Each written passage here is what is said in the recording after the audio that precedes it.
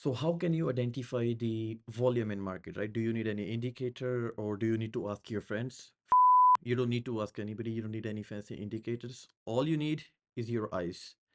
Basically, just look at the charts. Look at the candles that we had in the past. Look at the size of these candles and look at the size of current candles we are having.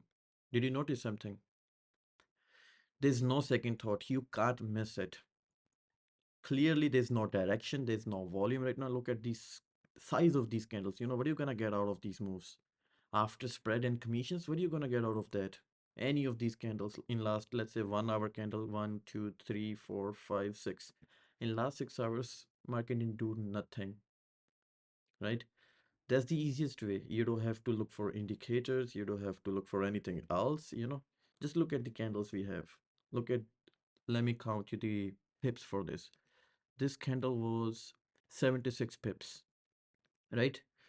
The current candles we are having, this is 8 pips, 10 times less volume, 10 times less volume this time. The best thing you can do at this moment, just sit on your hands, stay away from the markets, just let the volume kick in, wait for the right time.